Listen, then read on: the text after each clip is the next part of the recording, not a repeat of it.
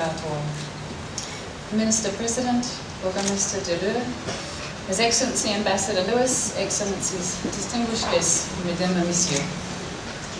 It's an honour to address you this evening at the opening of the Ploegsteert Interpretation Centre, a place which has such deep significance for all New Zealanders. It was here that, on a cold February day in 1917, the soldiers of the New Zealand Division first crossed the border into Belgium. Their journey to that point had brought them from the other side of the world, over 18,800 kilometres. In the words of New Zealand's memorials to the First World War, they had truly come from the uttermost ends of the earth.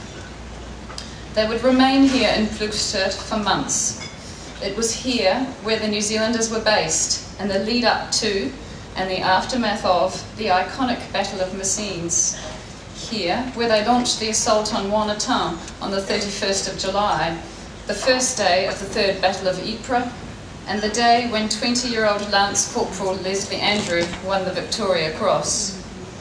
It was from here that they departed north in September for the fateful campaigns of Ploegsteert and Passchendaele. It was here too, in October 1915, that another New Zealander, Lieutenant Leslie Beauchamp, was killed. The news of his death would be a major shock for, and a strong influence upon, his sister, Catherine Mansfield, who would go on to become one of New Zealand's most important writers. Leslie's grave is in Ploegsteert Wood Cemetery, less than 500 metres from where we're standing today.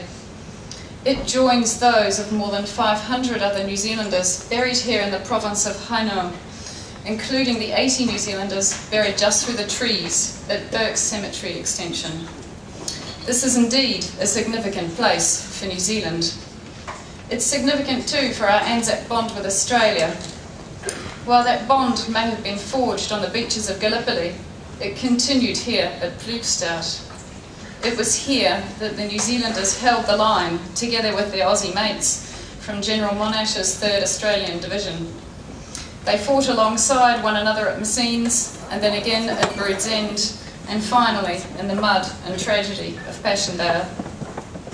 It's therefore an honour to be here this evening alongside Ambassador Lewis and our friends from the Australian Embassy, and to see, as I hope we will soon, the memorial to the Australian tunnellers. Men like those who constructed the massive catacombs dugout, which sheltered thousands of Allied soldiers, including New Zealanders, beneath Hill 63, just behind us. Finally, this place is significant for the bond between New Zealand and Belgium. It's here that we can reflect on the terrible human cost of war, not only for the soldiers who fought in it, but for the civilians upon whom it was forced.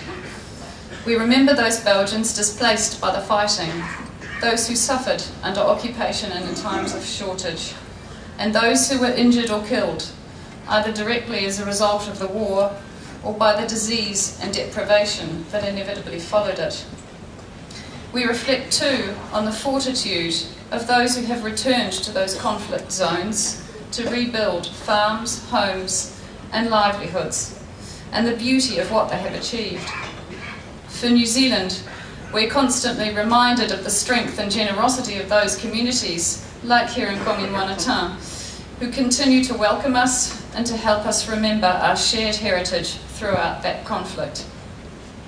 Burgermeister, let me say that we're profoundly grateful for the work that you and your staff and your team do to help us remember and to care for those New Zealanders who will forever lie here as part of your community. In the coming years, as we approach the centenary of that conflict, it will be deeply important to continue with that shared tradition. Despite its significance to New Zealand, the name Ploegsteert is not as well known as other names like Gallipoli, Somme or Passchendaele. Throughout the centenary of the First World War, that's something that we hope to change, so that as more and more New Zealanders travel here to explore their own heritage, they'll come to Ploegsteert and this interpretation centre to learn about what their ancestors did here and to learn of the bond that our country has with Belgium and with your community.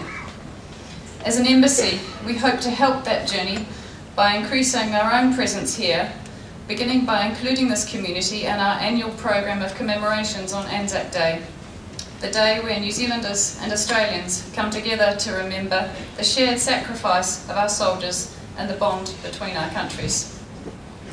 Ladies and gentlemen, mesdames et messieurs, thank you for the invitation to the opening of this wonderful centre and for joining together to remember those affected by the war, soldiers and civilians, what they lived for, what they fought for, and what they died for.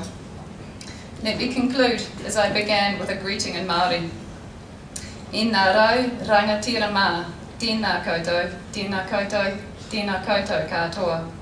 To you, the living chiefs, representing communities, nations and organisations, greetings, greetings and greetings again. Ina tine mate, haere, haere, haere moi mai. To the dead, farewell, farewell, farewell, you will not be forgotten. Ke wareware I a tātou, lest we forget. Thank you.